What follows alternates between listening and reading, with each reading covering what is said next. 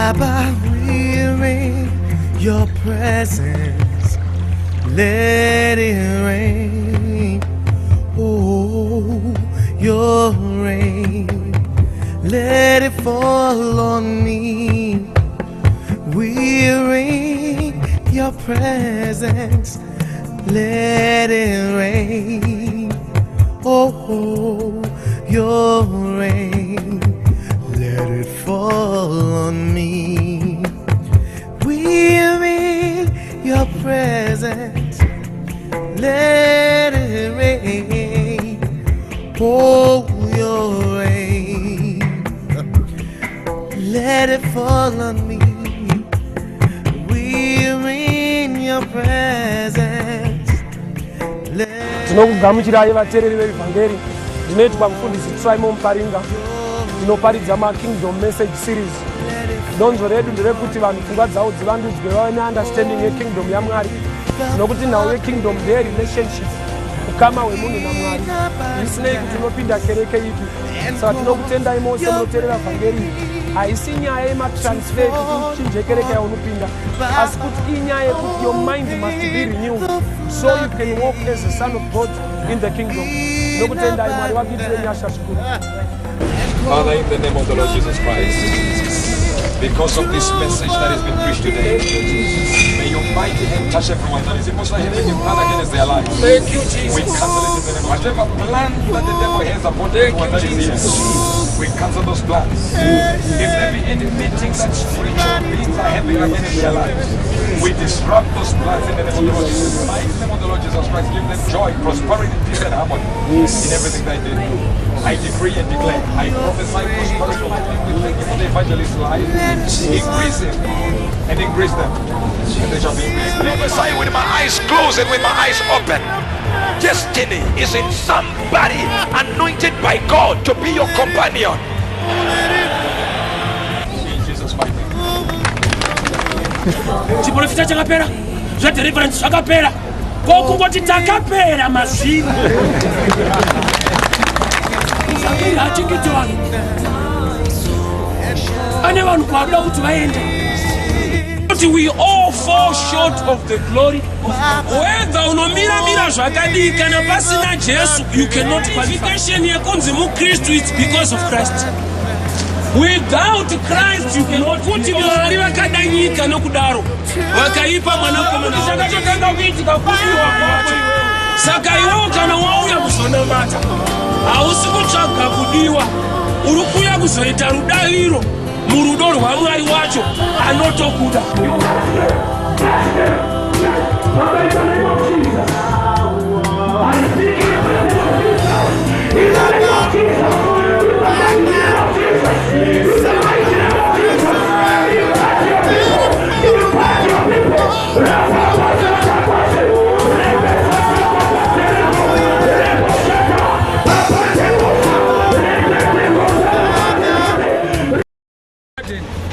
And I was full of fear, and I went on to hide.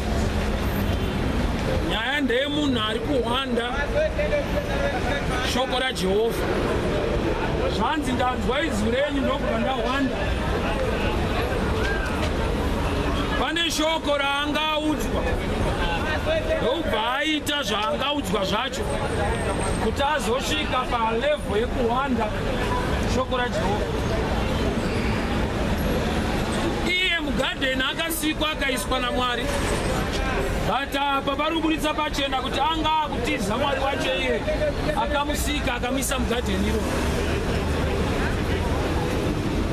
Muupenyu zvogona kudaro kuti munhu angangodaro achitiza Mwari anomubatsira achiedza kuzvibatsira nedzimwe nzira. Yetu rubatsiro rwake runofanira kungobva kuna Mwari, nokuti Mwari ndiye akamusika ane chinangwa neupenyu hwake. So Adamu anotaura achiti, ndanzwa izwi renyu, ini ndobva ndahwanda. Sei munhu achigona kuhwanda Mwari? Inyaya yekuti kune zvaangaita uye zvaangati. But nekuda kwekuti haana ruzivo kuti ndiMwari wenyasha, Mwari anogona kuyanana naye. Vakaramba vane ukama, akati akatanga kuhwanda. Kuhwanda ikoko kujustifya kutonga ega nyaya yake kuti kana ndadai so handigone kuwirirana naye beta ndihwanda. Izvozvo zvaberekwa nechivi chaMwari kutadza kwaita. So there are times yekuti munhu kana achirarama muzvivi anojustifya ega kuti inini Mwari handide because ndinodai, saka kunamata kwacho handinamati, chechi kwacho handiende. Iyoyo achiitora sejustice pakuona kurarama kwaari kuita muzvivi. Yeti Mwari ndiMwari ane nyasha, Mwari ndiMwari ane rudo. Adhamu atadza, Bhaibheri rinoti Mwari vakauya mugadheni vachimutsvaka. How can a righteous God look for a man who is in hiding? It simply shows his mercy endureth forever. Nyasha dzake dzinogara nekusingaperi. Adhamu atadza mugadheni, Mwari vakauya vachimutsvaka. Zvokwadi ndei, Mwari havana kuzoziva kuti Adhamu atadza vauya mugadheni. God knew it. Even achitodya, God knew it. Saka Mwari pavari kudzika mugadheni atsvaga Adhamu, God is already looking for a man who is fallen. Hazvirevi kuti Adhamu paachaudza Mwari kana kuti paachabvunzwa Mwari vari kuda kutsvaka information yekuti atadza here adya here. Already God knows. Saka Mwari pavari kuuya mugadheni, God is coming down to look for a man who is already fallen. But the fallen man is in hiding. Iye apedza kudya akuhwanda, the man has fallen from grace. But pane kuti achitsvaka nyasha, Bhaibheri raburitsa pachena kuti Adhamu akati ndanzwa izwi renyu ndokubva ndaenda kunohwanda. Waari kuhwanda ndiye musiki wake, waari kutiza ndiye anogona kumubatsira. Saka kuhwanda yaita sekunge inzira yekuzvibatsirawo ega, but haina kwainomusvitsa, nokuti munhu upenyu hwake hunobva kuna Mwari, kurarama kwemunhu kunobva kuna Mwari. Saka munhu hazvigone. Rekandienzanise nezvidaiso. Hove haigone kurarama outside water, mvura. Zvimwe chete nemunhu haagone kurarama asiri muna Mwari. Munhu haagone kurarama asiri muna Mwari. Rekandidzike zvakare. Hove ikabuda mumvura haife, inozofa. Saka zvinogona kuita kuti kune vari kurarama vasiri muna Mwari, but kwazvakananga vanokuziva kana kuti unokuziva. Hove ikabuda mumvura haife, inozofa. Saka time yaunoisvikira ichangobuda mumvura inenge ichirarama outside the real system, but ichitofema ichitoshetuka. So zvekuti ukatoiudza kuti uri kufa inogona kukurambira nokuti haisati yafa. So a man can live outside God, but not for a long time. It's high time a man must come back to God. So Adhamu adya muchero is now fallen, but adonha kudaro is still hiding. How can you hide? Iwe uchiziva kuti watodonha kubva munyasha, nokuti Bhaibheri rinoti adya akazviona kuti haana kupfeka. Unoziva here kuti Mwari vaiziva kuti Adhamu haana kupfeka even asati adya? Mwari vasika Adhamu asina kupfeka vaitozviziva kuti haana kupfeka, but Adhamu zvakamutorerawo nguva kuti azive kuti haana kupfeka. Chikatova chishamiso zvokuburitsirawo pachena kuti zvinoshamisa vanhu dzimwe nguva kuna Mwari hazvishamisi. Adhamu achitovhunduka kuti handina hembe, ndozvaitova zvinyowani kwaari. Kuna Mwari mugariro vaizviziva kuti ndozvaari.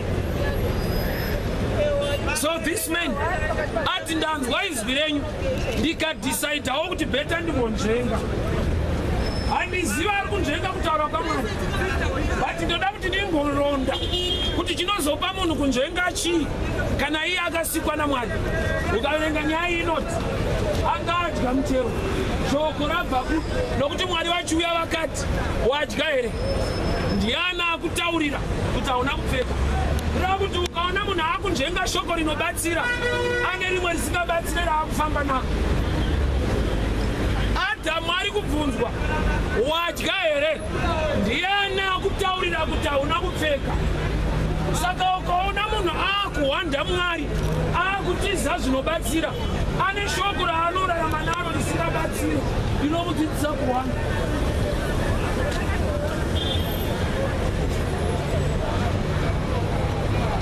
Shoko rauya mulaifi yaAdhamu rekuti chidya muti uyu, ndokubva adya, kwakuona asina kupfeka.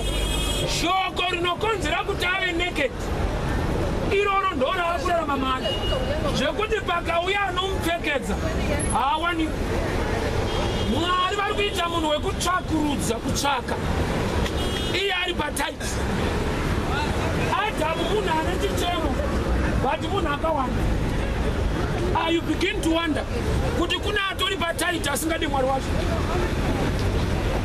kuna ane zvake zvisiri kuita asingatombodawo Mwari wacho. Adhamu ari kutoziva kuti I am naked, zvinhu zvangu hazvina kumira mushe, but how can you hide iwe uri naked?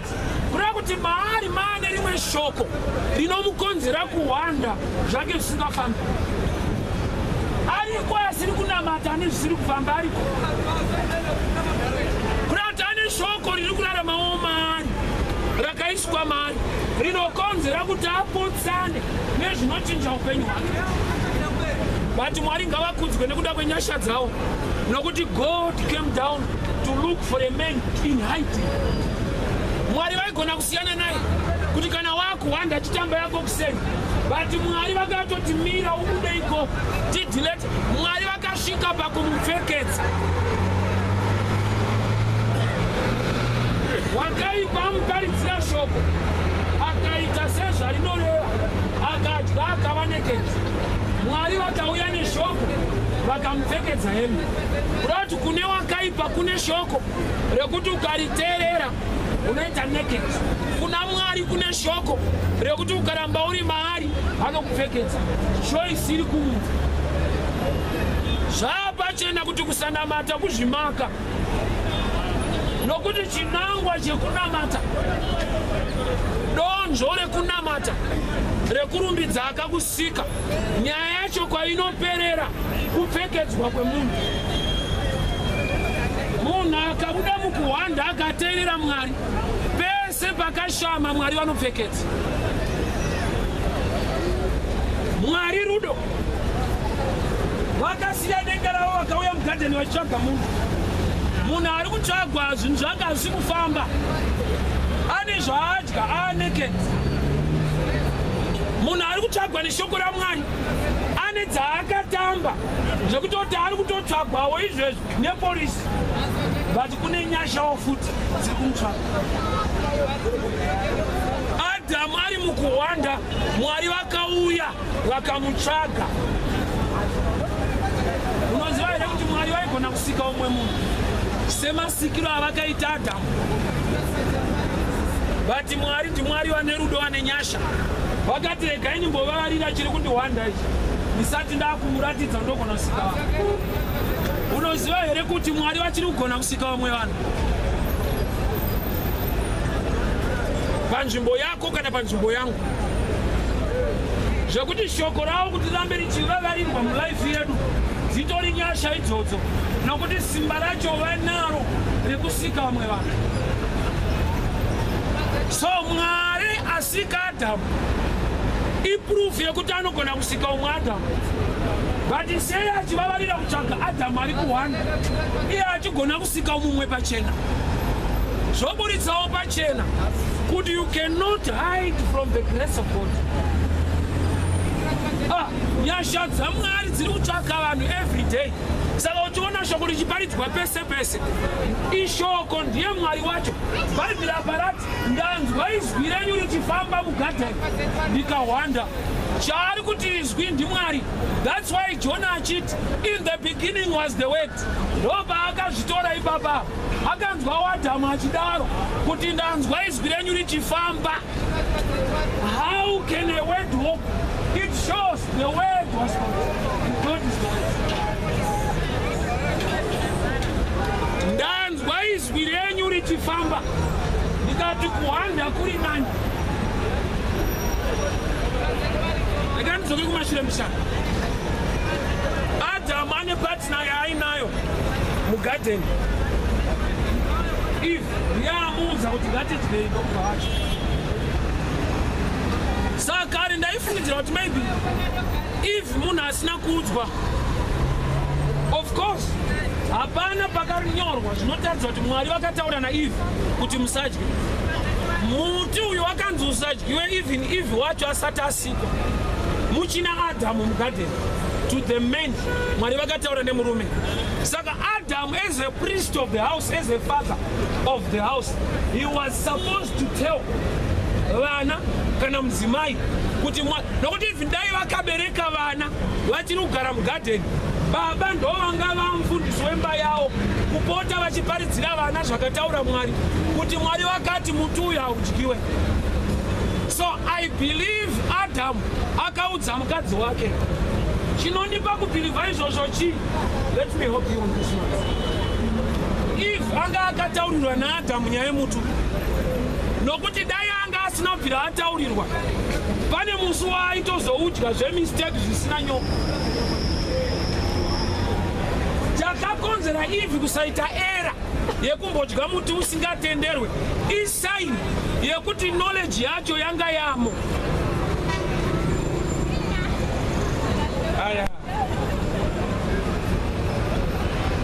Sei Eve asina umwe musi wakati rega ndimbotesta mutu kureva kuti zvokwadi aiziva kuti wakarambidzwa. Saka pakazouyawo Pastor Snake, rega ndimuti pastor in brackets, vakati attack yewakaipa. In our last times you were attacked from the pulpit, not from outside.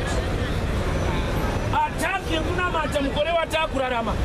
The devil knows. Ndikangobata mukuru wechechi ndauraya chechi kana ndauraya vanhu. Saka uchiona kune dzimwe chechi dzinoparidza against dzimwe. But the devil can manipulate a pulpit. Kana makaparidzwa mugarden shoko rekudya muchero usiriwo, imo muri mugarden maingoparidzwa naMwari chete. Kuti mumba maJehovha mune vamwe vanoshumira futi. Kana Mwari ari aiparidza kumunhu kuti muti uyu usadya, sei nyoka yaakuparidzawo kuti idya? Kuti pulpit yaJehovha inogona kumukawo vamwe vashumiri vari against Jehovha iyeyo, but vachimira papulpit iyoyo. Apa panotoda meso yemweya kuti ukure, kuti uzoti raakurohwa iri ndere Pastor Snake.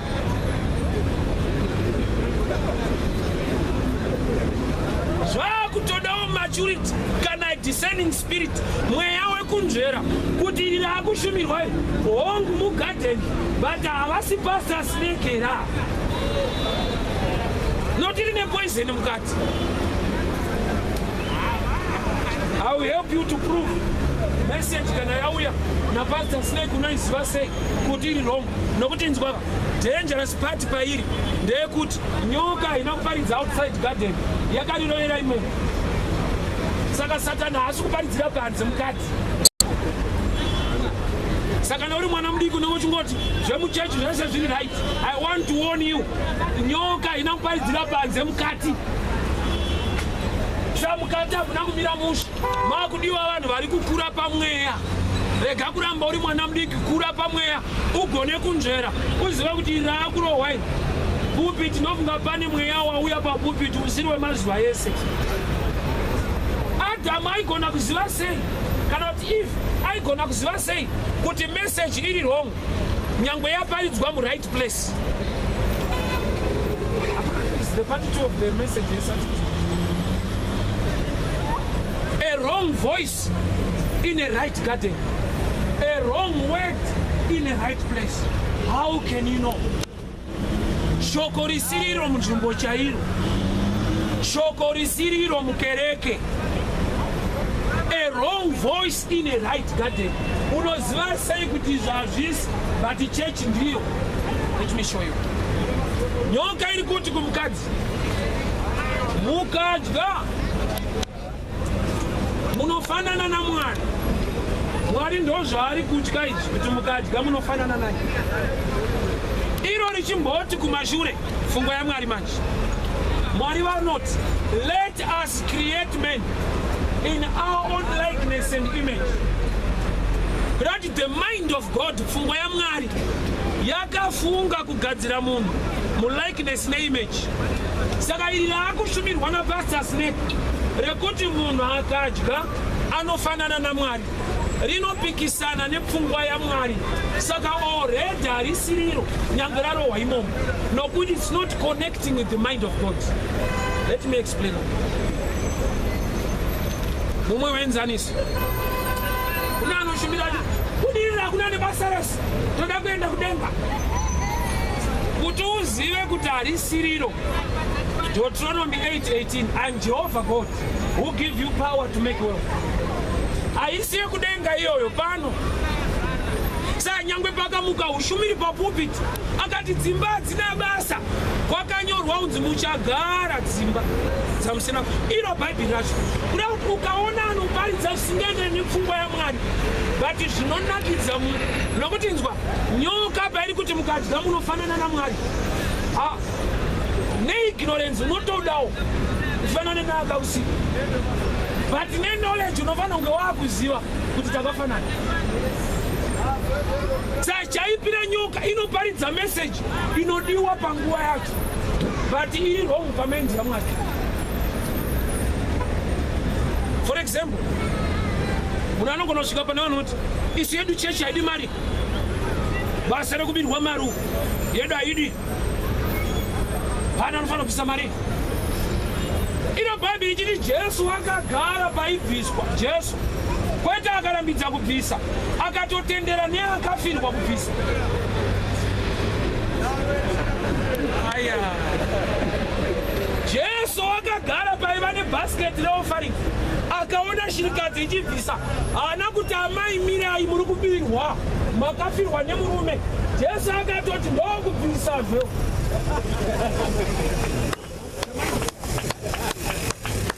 That's the mind of God.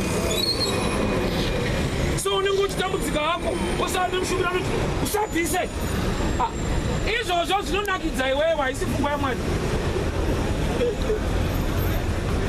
Oh yes. Nyoka yakashumirawo mugadheni raJehovha. Mazuva ano dai watokura pamweya, mumba maJehovha muri kushumirwa risiriro. Uchaziva sei kuti harisi?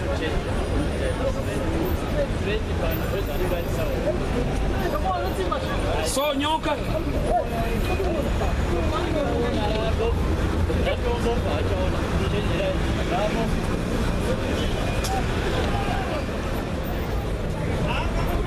nyoka iri kushumira mumunda maJehovha, munoshumirwa naMwari. Mbune Mwari ndiye muridzi wegadheni, akaisa munhu mugadheni akati muno ndini muvhangeri wako Adhamu, ndini ndichapota ndichikuudza zvinodyiwa nezvisingadyiwe. But ndokubva kwamuka umwe ushumiri, zvanzi wakaipa akapinda munyoka, nyoka ikatangawo kushumira. So maybe muna Eve naAdhamu vaiva neunderstanding yekuti Mwari, God can use anything or anyone to preach. Saka nyoka payakaya ichishumira vakafungidzira kuti zvina Mwari mukati, nokuti Mwari pane pavakangotaura nedhongi chairo.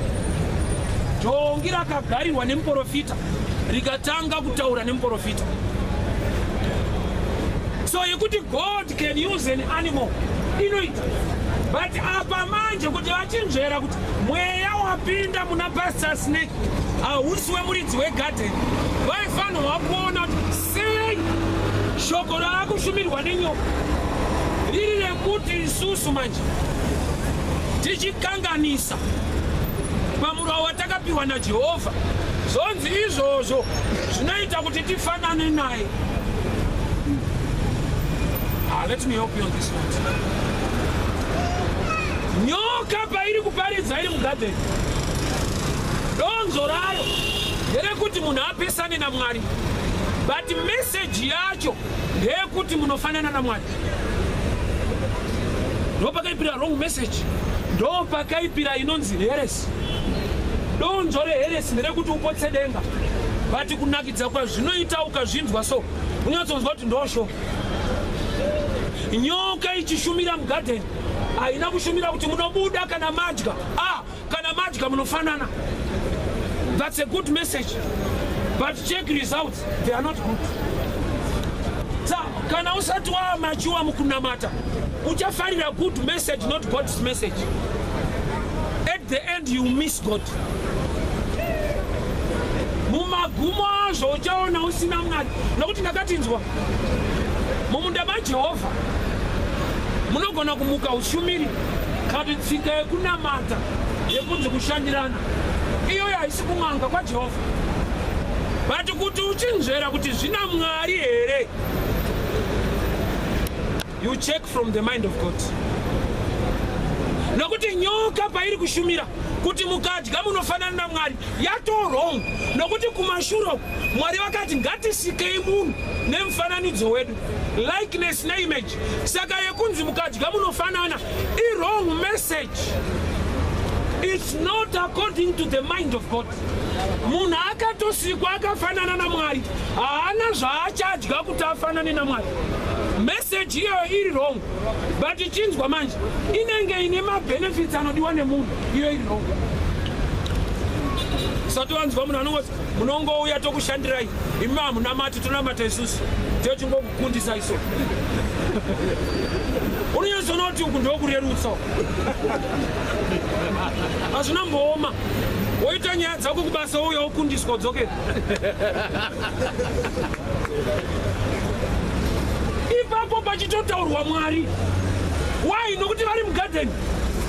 Nyoka inakuya ichitaura kuti zvenyoka iyo yakauya ichoti asi Mwari vakati panotoiswa Mwari mukati pa.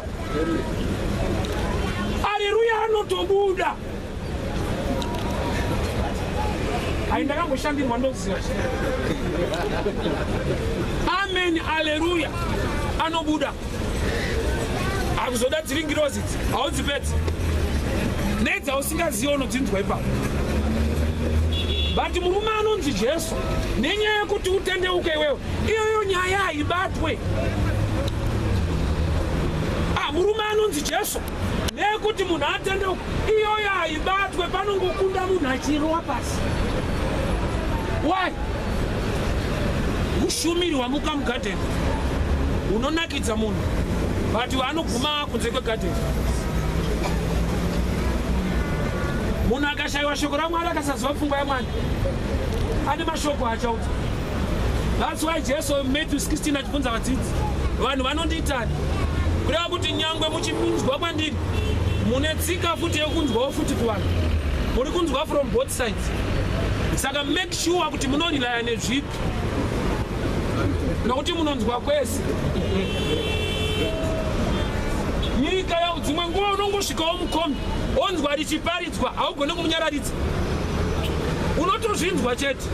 Saka zvakwauri iwewe uri kugamuchira kuti wakura zvakadii pamweya, nokuti ungangotorwa nezvinokunakidza, but zvisizvo zvaunofanirwa kurerwa nazvo. Shoko chairo raMwari rinoponesa.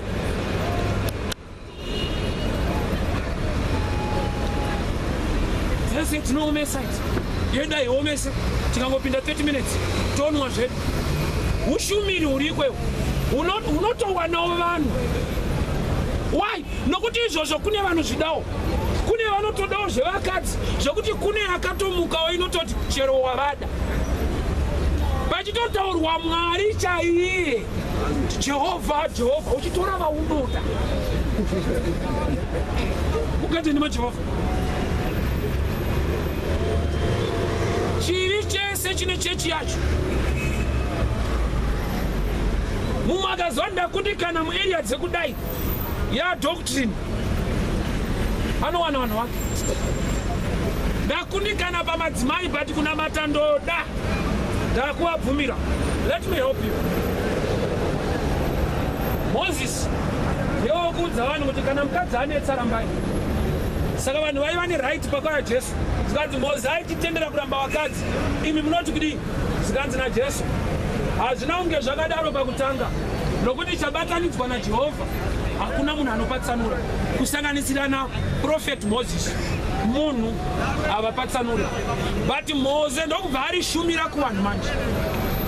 Ipapa ndo panonetsa kuti mwana wesangana azive kuti raakurohwa naMozisi harisi. Panonetsa vanosvika pakuchena musoro vatiramba vakadzi vari wrong. Why? Vari kukota Mose kwete Mwari. Pastor wakati iyo yekusanzwa Mwari ndo pawakaipira ipapo manje, nokuti iye anokunzwira akasazonzwa akataura zvaafunga unokuwara.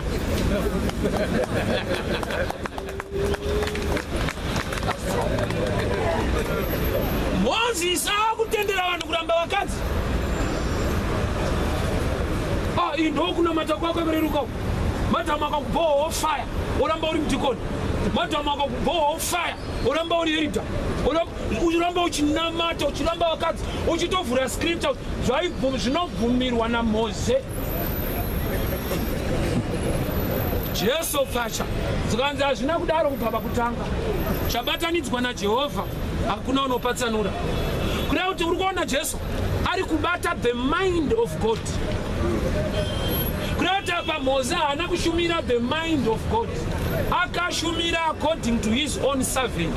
Mose aona kuoma kwemwoyo yenyu. Inonzi research iyoyo. Not researching the mind of God, but researching from the people. Kuti saka ushumiri hwakuresearcha muvanhu uriko, kuti vanhu vanenge hari zvekunamata namata. Ndopota ndichirara pasowe ndichinamata inini ndichivakundisa. Research inenge yakaitwa iyi kuti vanhu vafarire kunamata, vanoda kuyambutswa chete mabreakthrough. Saka ndaakumutsa ministry yekuti come and take your breakthrough. Haushaye vanhu nokuti zvakareruka izvozvo. Kundoswera nchitadza ndoita ndoya ndichikundiswa, izvi ndo zvakareruka manje. But mugumo wazvo vanhu vanoendepi kana vasingatye Mwari? Adhamu wadya waguta, but unoramba uri mugadheni here? Kwete. Saka ina handidi kuguta ndobuda, zviri nani kutomborara nayo ndoramba ndirimo. Let me tell you something. Adam akasadya muti uyu, he is not going to starve. Why? Haana kudya out of hunger. Adam akasadya muti uyu haafe, nokuti in fact chinotouraya kudya. Let me help you. Adam akanzi ukadya muti uyu unofa, kureva kuti rufu rwanga ruri mumuti. Zara yanga isingauraye mazuva iwayo, chauraya muti.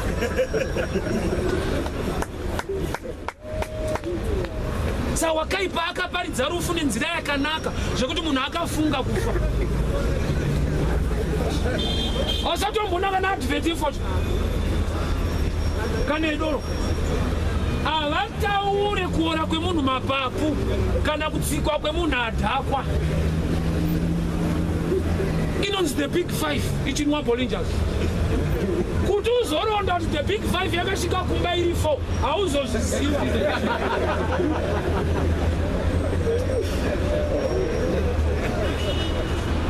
Kana iri Everest vanoti inotonhorera. Ichizodii yapedza kutonhorera havatauri, vanoura mapapu emunhu. They advertise death in a nice way. Shoko rakaparidzwa mugadheni rakafadza munhu zvekuti munhu akadya rufu. Iye atoudzwa naMwari ukanzi ukadya muti uyu unofa. Kuna akarishumira iro remuti iwo ukadyiwa. Baba, munhu ari muzvivi zvinomuuraya. Madvert yezvivi izvozvo anofadza ari kuona.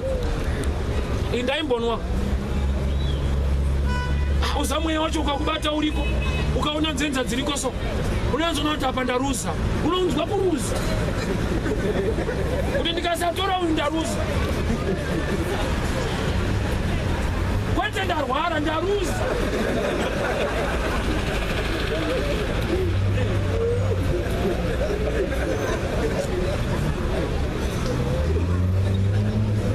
but wamutora wawina wakurwara ndobona uzona ndakaruza.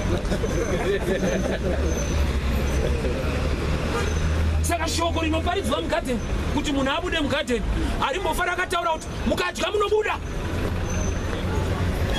Mharidzo isiri weheresi haimbofa yakaparidza sekunge iheresi. Panotoda kukura pamweya. Rinoparidzwa unozonzwa kuti aya ndo mapasta haomese. Rinokurerukira, rinokufadza, unozonzwa kuti idzi ndo church manje.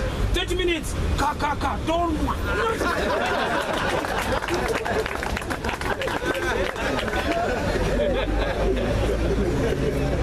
Uye tunotapa ndo kunamata pa.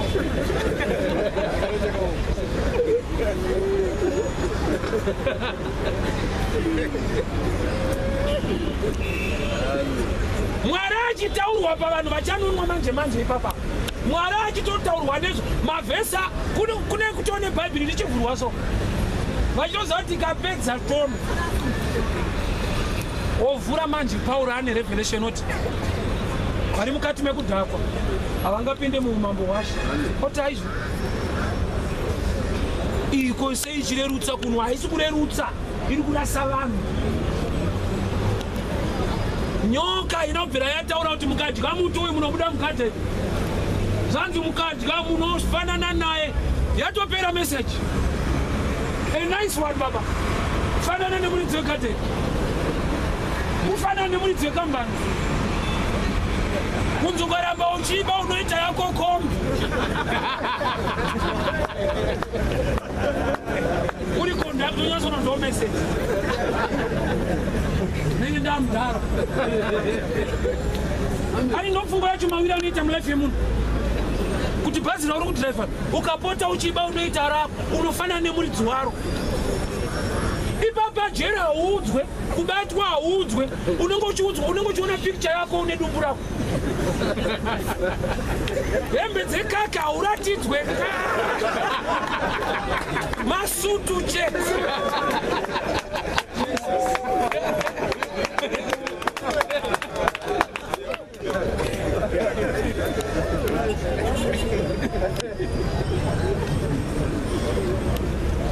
It's a wrong message in your life.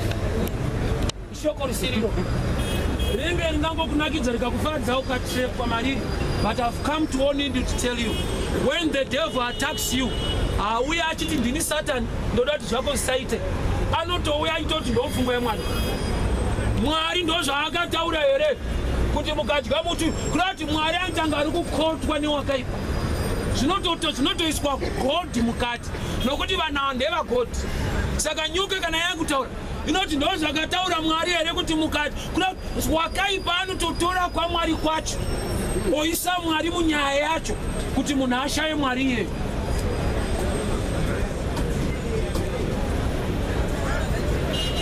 Vazhinji they accept neheresi but pachitovhurwa bhaibheri. Why? They are not mature. Iwe zvaiva nyore kuti vangoziva kuti message inotaurwa napastor Sineka hisi zvazviri hisi nokuti zvanzi mukadya muti uyu munofanana naMwari. Iwe chidzokera kumashure kwenyaya munhu achisikwa haana kufanana naMwari here. Mwari vari kuti let us create men in our own image and likeness. Kureva kuti according to the mind of God man looks like God. But paakuya mushumiri anoti mukangoita izvi maakufanana naye, ipapa ndo paifanirwa kumira muweti oti ingawani zvakanyorwa zvichinzi takasikwa nemufananidzo wake. Kuti Adhamu anga asingagone kumira mushoko. Jesu kuti akundewo wakaipa akamira mushoko akati zvakanyorwa zvichinzi. Kureva kuti aienda back to the mind of God. Zvino pfungwa yaMwari yaungafambe nayo nderiri. Kune ushumiri unogona kukufadza but unokupotsesa zvakafambirwa naJesu. Nonzwa munhu achiti zvenyika zvina nebasa rese takamirira kuenda kumusha Ishe ari kudzoka manje manje. Ndakati ukangonzwa munhu anoti ari kudzoka ndiye kuzomirira kana apedza omubvunza kuti asi wakambouya. Akati Woti vaimboingei pekutanga. Nokuti kune umwe ushumiri usazive kuti akamboingei. Waakuziva kuti achadzoka. Iyoyo manje yopa vanhu nhamo. Ende munhamo yoonzwa kugutsikana nokuti achadzoka. Don't worry, ndezvepasi rino. Inzwa nyika nekuzara kwayo ruoko rwaJehovha. Satani haana chaakasika, iye akatosikwawo. Nyika nekuzara kwayo ruoko rwaJehovha. Mwari wacho woti, I am Jehovah God, I give you power to make wealth. So now we success iri mugospel. Ipapa wakaipa anotofara kwazvo akawana pulpit ine munhu asingatende kubudirira. Anoziva kuti every demon run a right to operate. Let me show you. Pese pane nhamo mamwe madhimoni anofara nokuti poverty rinenge principle murenki yemadhimoni. Nokuti whenever poverty strikes, you can do anything. Aurambe kushaya kukabata unoita zvese zvese nezvisingadiwe naMwari kuti ungovanawo sadza unoita. Kureva kuti every demon rinotofarawo rikaona poverty atenderwa kuoperata muarea. Saka uchiona madhimoni ese, ministry yemadhimoni ndeyekuti upenyu hwepanyika usaite, kwete kuti vanhu vasangoteka. Wozotraya kuteerera panoitwa deliverance. Hakuna dhimoni rakati havaende kudenga hazviite. Dhimoni rinokuudza nyaya yebhasikoro yemuchato yebasa. Iwo ari madhimoni emweya kutaura mabhasikoro ekuchoka. Ko madhimoni andii kubata zvemweya, anobatira zvinobatika. Hariwani basa iroro. Madhimoni obata basa remunhu, iwo ari emweya, adi kubatawo zvemweya zvemunhu iye. Ari kutoziva kuti chemweya hachibatike, totomubatira zvenyama kuti apotse zvemweya. Let me show you something. Satani ati Mwari ndipeiwo time naJob. Anokudamatai nokuti makamupa zvinhu. Urati ndo mind yaSatani. Things. Mind yaSatani ndeyekuti pane zvinhu ndo pane kunamata kwemunhu. Saka uchiona ataki yake iri pakuti ukashaya zvinhu hapana matiki. Kureva kuti ndo research yaanayo so far kuti munhu ndikangomurova pazvinhu kunamata kwacho kushoma. Ndipeiwo Job ndimbomunetsa. Atenderwa kuenda kuna Job. Iye haachananga one time kuna Job. Akuenda kudanga remunhu. Wanzi Job anozviziva kuti ndikatanga ndarova danga munhu ndapedza nani. Ndikamurova kubasa, ndikamurova mumarriage, kana kuchechi kwacho kungouya kuzoregister chete. Haana matemusha azviite.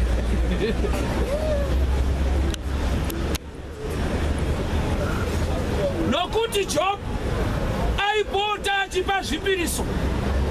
Saka wakaipa akaziva kuti ukama waJob naMwari unopfuura nekudangawo. Saka ndikataka laini rinofamba neukama, ndichagara naye musha. So wakaipa anoziva. Ndikataka zvaunobata nekuita muupenyu, kunamata kwako kuchashupa. Nokuti chinonzi kunamata kuita zvinotaura Mwari. Manje chinonzi kuita kutoita chaiko. Hakusi kufungidzira kuita. Zoti Bhaibheri rikati ipa kupa chaiko, hakusi kwemweya kutopa chaiko. Rikati batsira nherera harina kuti namatira, kutobatsira chaiko zvinhu chaiko.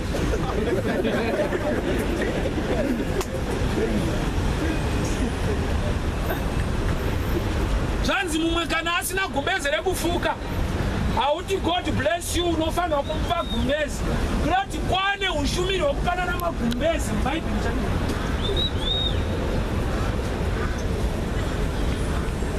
Saka kurati kana ndine 1 iyo ivhesi handigone kuishandisa. Ndopa mumwe sei ndine one gumbezi, I need another one. Iyo hakusi kuva greed, kuziva responsibility yako kuti zvikawandira pandiri zvinoenda kuna vamwe.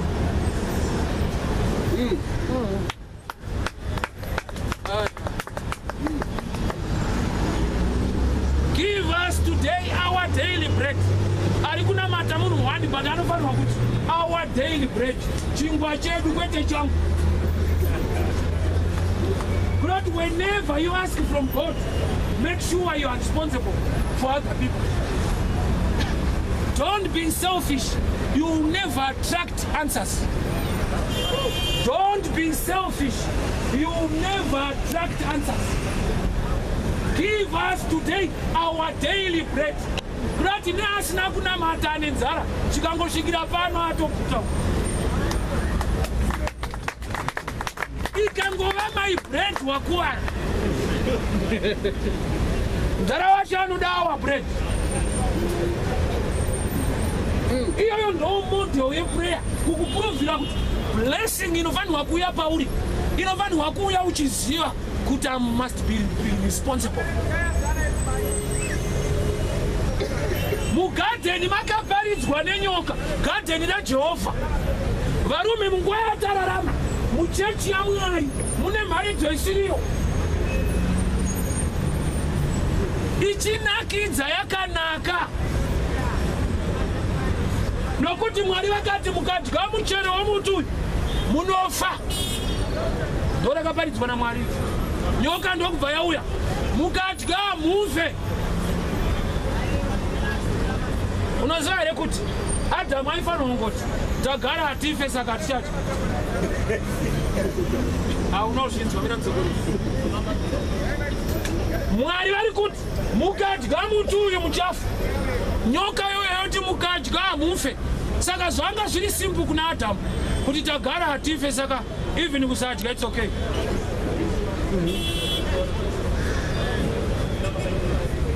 But pane mabenefits akawedzerwa. Zvikanzi munosvinura, munova newisdom, munofanana naMwari wacho. Adamu kuti achinzvera kuti ndakambosikwa sei, ini ndine likeness neimage yaMwari, yaakuparidzwa yakaitika kwete kuti ichaitika.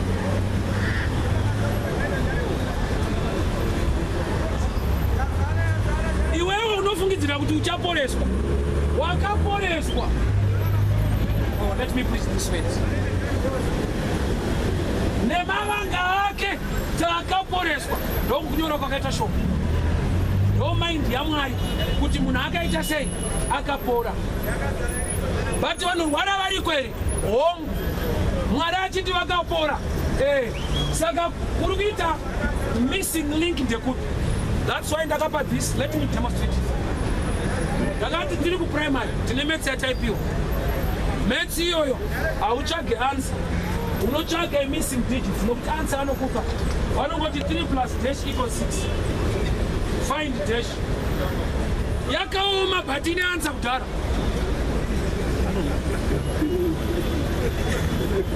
Saka uchiona upenyu hwemunhu hwakaoma hune mhinduro kare. Ndijesu. Ikonetsa kudai mhinduro ikona. Mwari haana zvimwe zvaachaita akatoita.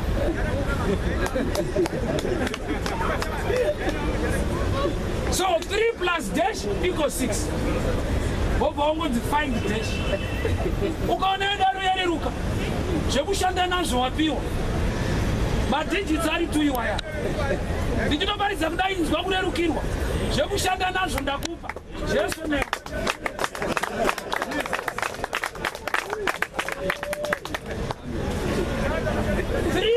Ndiye anofanirwa kuuya kuna 6. Saka Mwari vachiti tsvakai Jehovha, call unto me. Ari kutoziva kuti pane chiri missing kwauri, call unto me. Una dash but una 6 kumberiwe. Una Jesu but pane zviri kunetsa mulife yako. So 3 plus ndiye anouya. Saka kumedzwa netsika yavakaita yandoda yekuti plus akajamba equals anoita minus.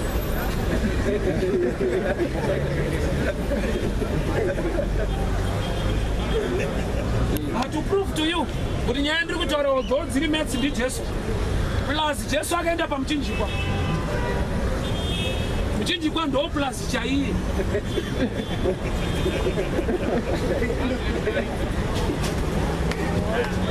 Apa pane munhu, pane muchinjikwa, pane zviri kunetsa uko kuna Jesu, akaenda ipapa find dash 3 plus akauya minus 6 akutambudza 3 kuti pawanikwe chakashota. Ipapa ndo panetsa vazhinji nokuti vakauya kuincrease gamba increase yagara iri mavari, pane zvinoda kubviswa kuti vadiscover increase mavari.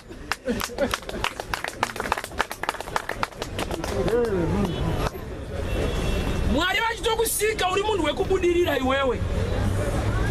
Inzwa, akakusika anogona. He is not a failure. Mwari akarurama, wakasikwa nemaoko anoera, akakusika murudo nenyasha dzake, akafunga nezvako kureva kuti mune zvakanaka mulife yako. Abvunza Adamu, iye asina mukadzi ndiye anga anaye. Adamu akaita nguva refu ari ega, vari 2. Adamu bachura aiwa nemukadzi. Chii chakaitika? The missing link yakagadziriswa sei? Mwari vakatapudza, vakasubtracta. Adamu akadiscover kuti vakawanda.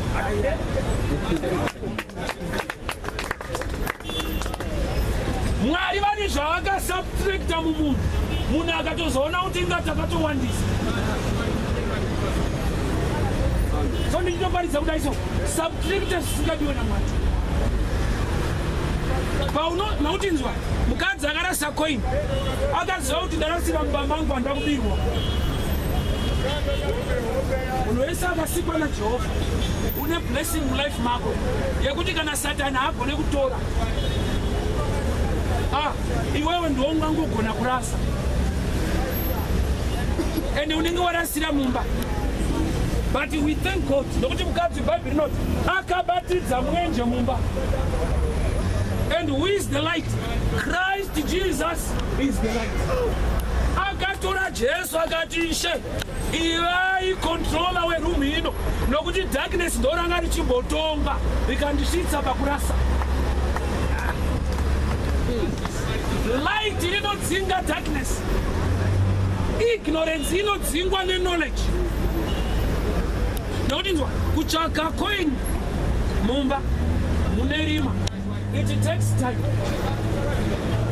Saka tiona zvako chitange zvanonoka. Tsvaga unotsvagawo zveshuwa, uri type yekutsvaga. Izvo zvikukubvunza so uri kutsvaga zveshuwa. Unedza uri kutotsvagawo chimhanyisa. But let me help you on this note.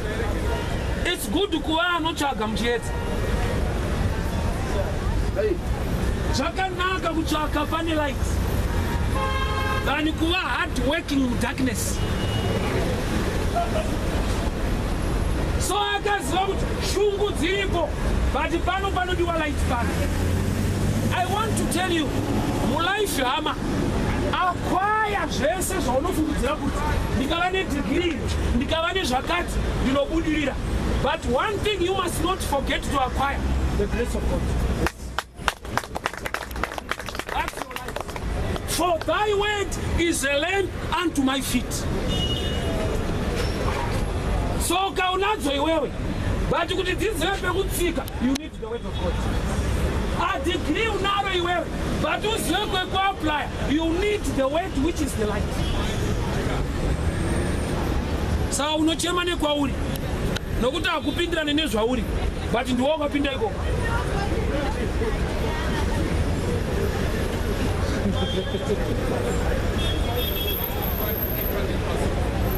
Kanipasiye. Vachishumira unoshinzwa kuti kanenge karafa.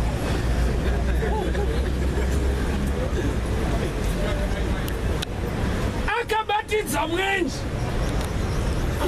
Kanonetsa nepakuti abatidza mwenje haana kuwana kwaini, akaona bhurumu akatanga kubvisa marara tsvaira.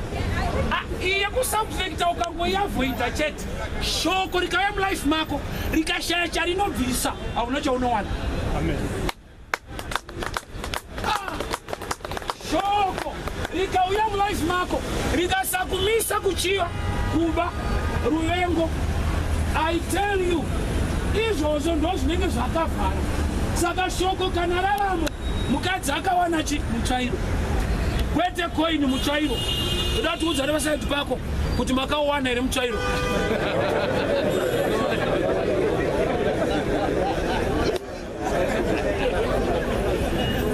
Nokuti vamwe vari ngoda koini chete.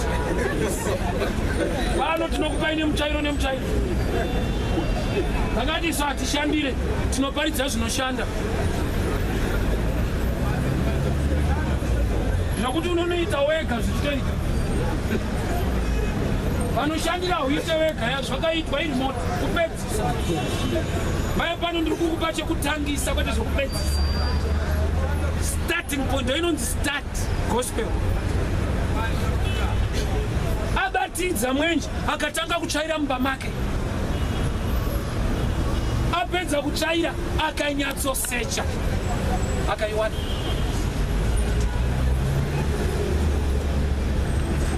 Bati chinhu chinongoshoka, akatanga kuziva kuti koini rarasika asati abatidza life. Hazvitomboda kuti uparidzirwe kunzwa kwazviri. Wega unotoziva kuti aya ndo ma1 manje.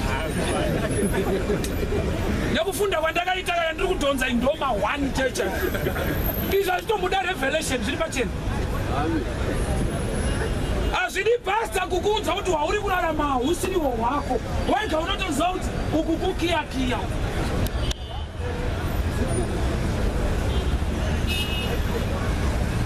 Let me show you something.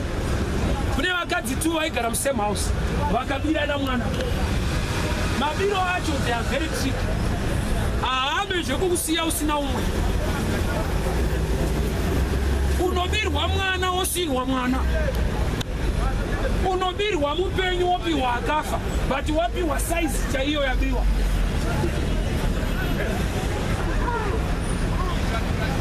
Akabirwa mwana anakupiwa chimudhara, akapiwa size yabiwa iyo.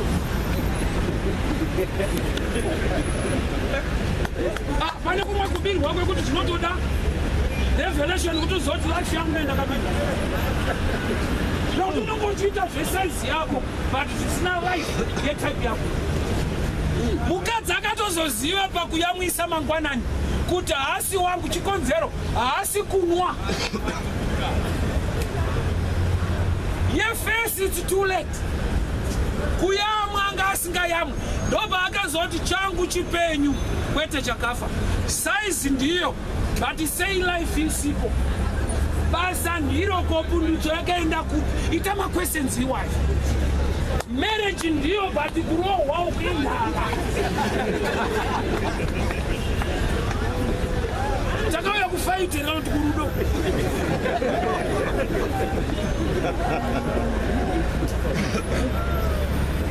Mibvinzo yoyo inokudza kuti pana akati chinji. Vanhu nekuda kwekuti vakadzi ava kadzi Tapwepwe Church vakaenda kuna Mambo Solomon. Today I'm preaching the one greater than Solomon. So you are on the greater side. Jesus is greater than Solomon. Solomon akatunga nyaya mwana akaunzwa mupenyu. Haana kumutsanga akafa. Manje wandiri kuparidza inini newakafa anomufa. Kanari Solomon anongotonga yempenyu auya, but kanari Jesu is the resurrection and life. So do not worry. I'm preaching the one greater than Solomon. Amen. I'm preaching the one greater than Solomon. Kana vanhu vaiti zvako zvafa zviite. Thank God for Jesus. The one greater than Solomon is the resurrection and life.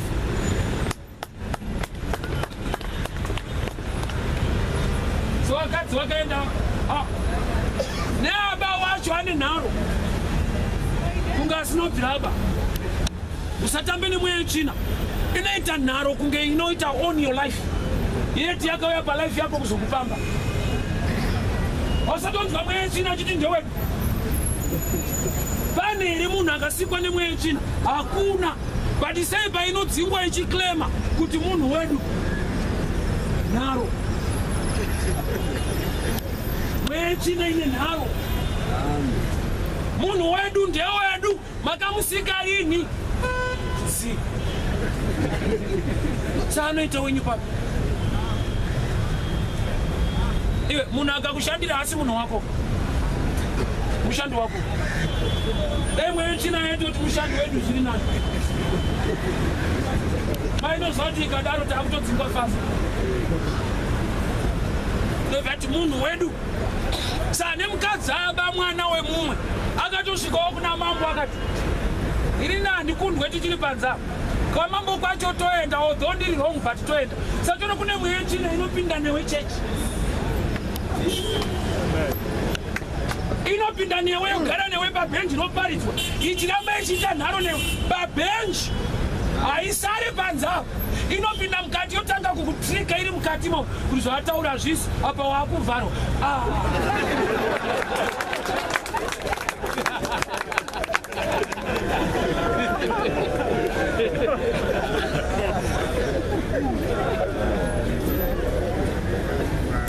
There was a debate in the eyes of the king. Solomon achida kujaja nyaya neaba wacho ane nharo. Satambiri mwechi. Ichikutambudza so ichikunetsa, ichikuti uri wangu, ichikushaisa basa, ichiti nde wangu. Ko kana ari weni ndakumita so.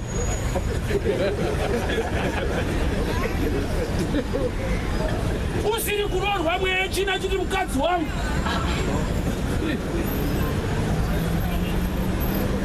Kana ari wenyu sei mamusiya achidai, isaide kuti hausi wavo vari kukushandisa. Samukadzi aba mwana aiva nenharo. Aitotiwo nde wangu. Life it's a battle. Pakutodiwa revelation iri greater than nharo. Nokuti nzwa pacompetition yenharo mukadzi anga abudirira zvekutoti vacho amai vabirwa vanga vatoti mupei. Saka uchiona umwe akadesigna life. Ndikutaurira kana ndikuparidza zveshe. Saka uchifungidzira kuti zvako hazviite ndiwe wakafunga kudaro. Zvinoita. Amen. Amai vabirwa mwana vakatosvika pakuti mupei. Why? Mweya yechina ine nharo zvekuti ukapusa unoipa.